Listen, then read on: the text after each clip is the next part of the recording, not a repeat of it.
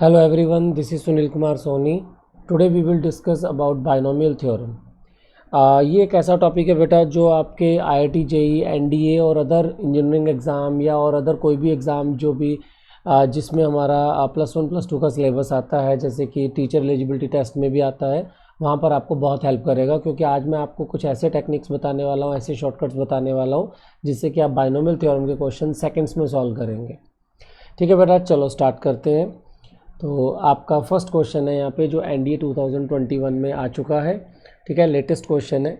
तो यहाँ क्वेश्चन में हमें क्या गिवन है, कह रहा है if C0 C1 C2 Cn are the coefficient of expansion 1 + x⁴n। तो इसमें हमें कह रहा है कि हमें फाइंड करना है value C1 + C2 + C3 + Cn। तो ये बिल्कुल डायरेक्ट क्वेश्चन है। हमने जब भी बाइनोमियल थ्योरम पढ़ा उसमें डायरेक्टली एक सीक्वेंस हमने याद किया था कि NC0 + NC1 + NC2 up to, अगर मैं NCn तक ऐड करता हूँ तो मेरा आंसर जो है वो आता है 2⁻n। ये सीक्वेंस हमने पढ़ा है बाइनोमियल में। अब अगर इस सीक्वेंस को देखें जो हमसे पूछा गया उसमें सिर्फ C0 नहीं है, तो C0 मतलब मुझे NC0 ऐड करना है। ठीक है, तो मैं अपनी मर्ज़ी से यहाँ पे NC0 ऐड कर देता हूँ, अपनी मर्ज़ी से NC0 को माइनस करता हूँ, जिससे इस सीक्वेंस को कोई फ़र्क नहीं पड़ेगा। तो अगर मैं NC0 को इसमें इंक्लूड कर लेता हूँ तो ये पूरा सीक्वेंस मेरा 2⁻n बन जाएगा और NC0 का वैल्यू होता है 1। सो माइनस में क्या बचा 1। तो आपका आंसर कौन सा बन गया, ऑप्शन बी।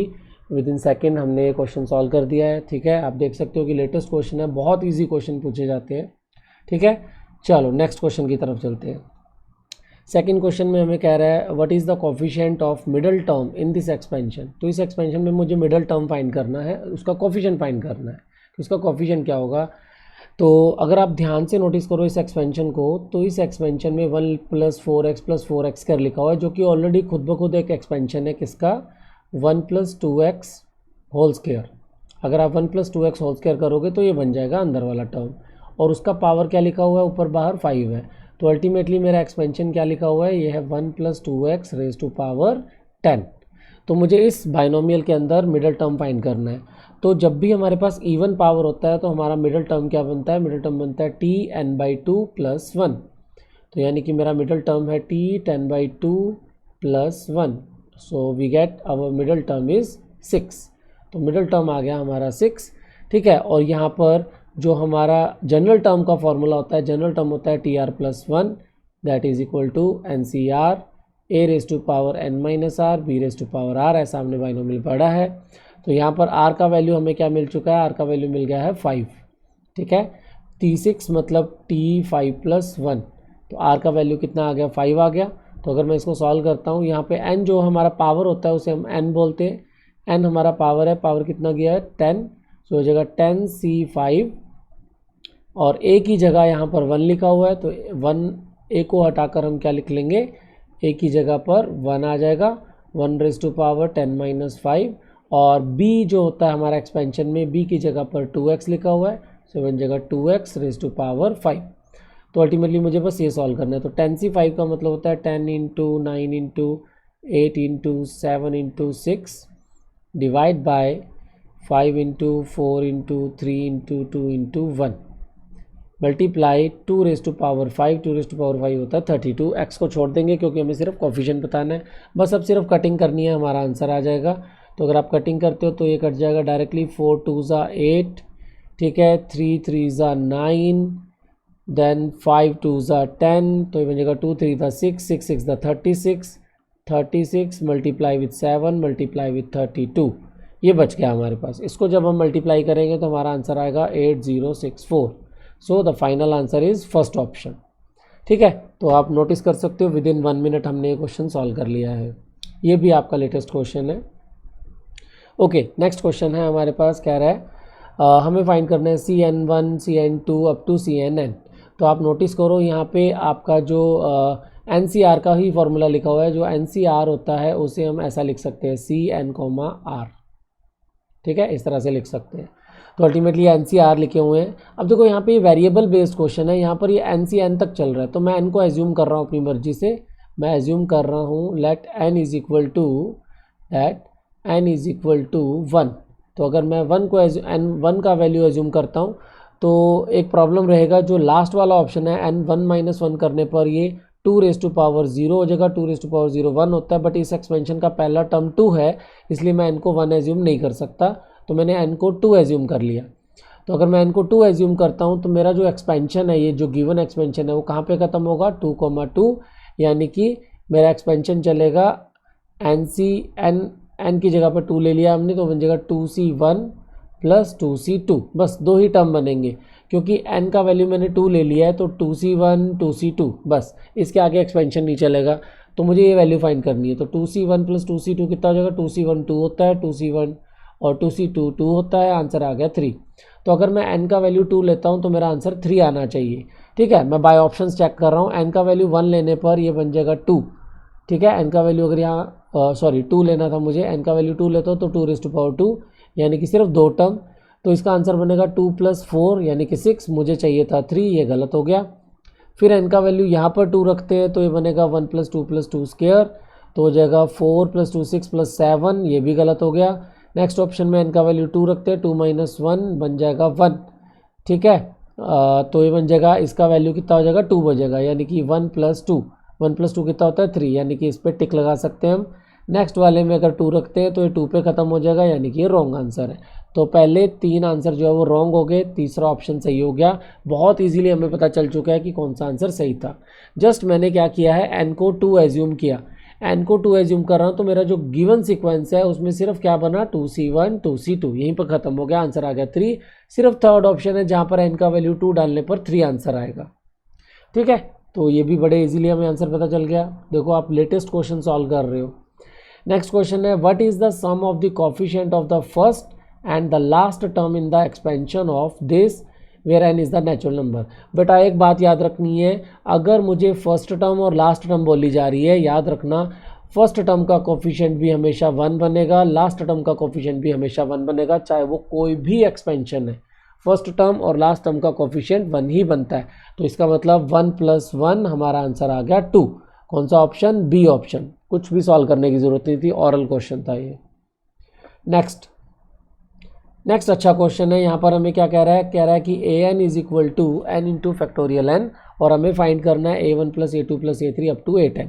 तो अल्टीमेटली हमें फाइंड करना है क्या, हमें फाइंड करना है a1। अगर मैं a1 की बात करूँ तो वो क्या बन जाएगा, n की जगह 1 पुट कर देंगे यहाँ पर, जो गिवन हमें an है, तो 1 × फैक्टोरियल 1 + 2 × फैक्टोरियल 2 + 3 × फैक्टोरियल 3, इस तरह से सॉल्व करते हुए हमने कहाँ तक पहुँचना है, 10 × फैक्टोरियल 10 तक। अगर मैं इसको सिंप्लीफाई डायरेक्ट करता हूँ तो बहुत बड़ा क्वेश्चन है और आंसर भी फैक्टोरियल में गिवन है, इसका मतलब मुझे इसको सॉल्व नहीं करना चाहिए, कोई लॉजिक बनाना चाहिए। तो लॉजिक बेटा याद रखोगे, बहुत सिंपल लॉजिक है। अगर n × फैक्टोरियल n कर रहे हैं तो ये किसके बराबर होता है, factorial n + 1 minus factorial n। ये आप याद भी रखोगे ताकि आपको सॉल्व करने में ईजी रहे। तो इसका मतलब 1 × फैक्टोरियल 1 को मैं क्या लिख सकता हूँ, फैक्टोरियल 2 माइनस फैक्टोरियल 1। इसी तरह से 2 × फैक्टोरियल 2 को क्या लिख सकता हूँ मैं, फैक्टोरियल 3 माइनस फैक्टोरियल 2।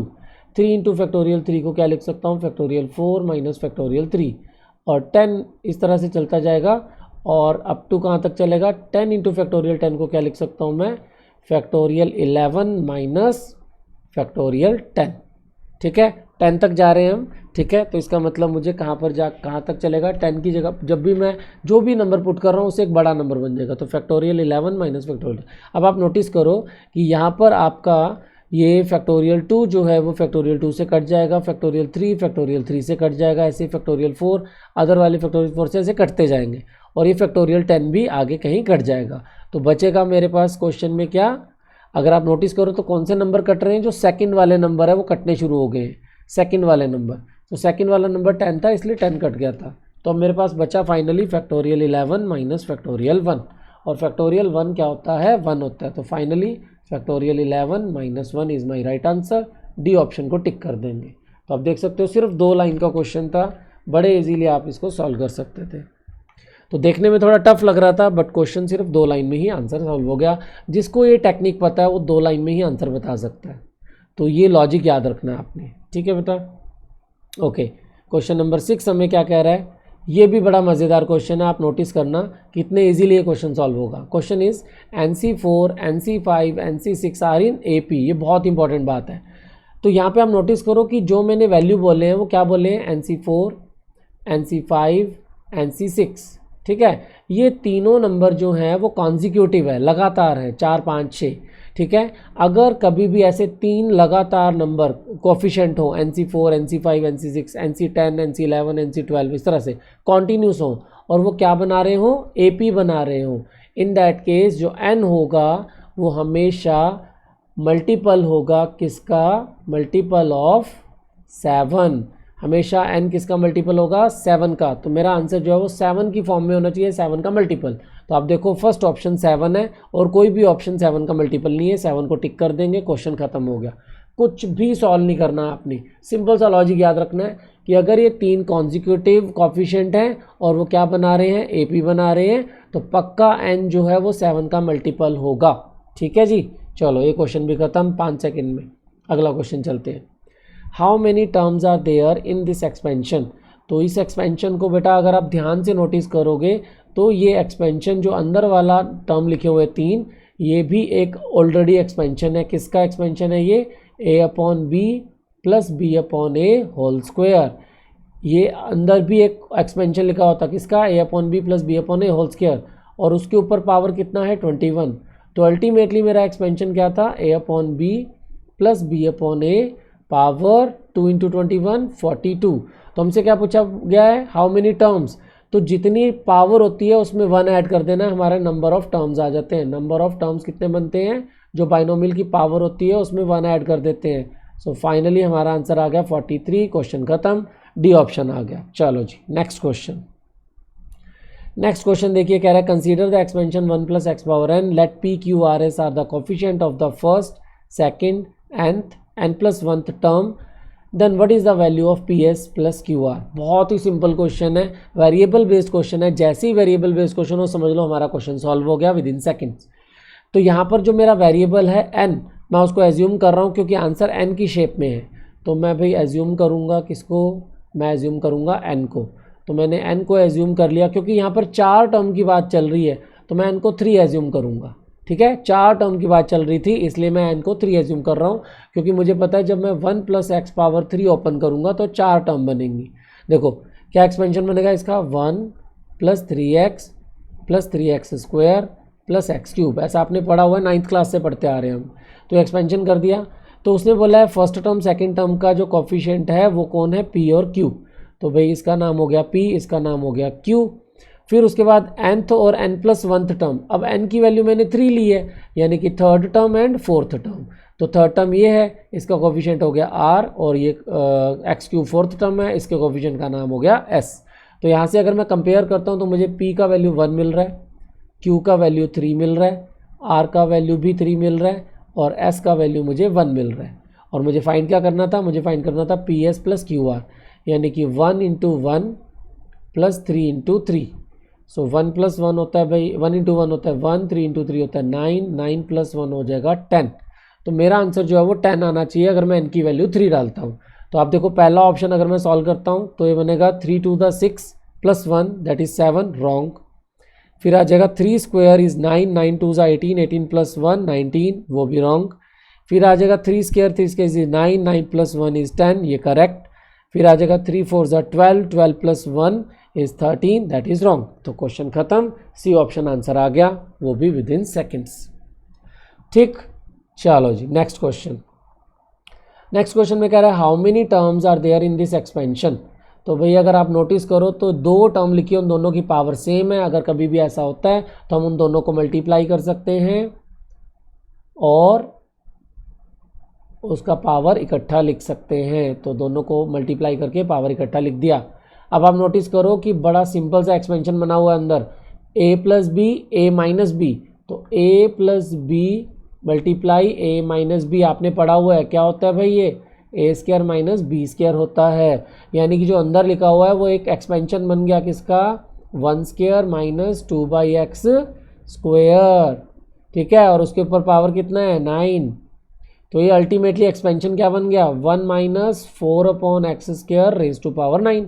तो भाई ये बाइनोमियल है, और बाइनोमियल में नंबर ऑफ टर्म कितनी होती हैं, बाइनोमियल में नंबर ऑफ टर्म्स होती हैं जितनी पावर है उसमें 1 ऐड कर दो, तो नंबर ऑफ टर्म कितनी आ गई 10, यानी कि B option is the correct answer.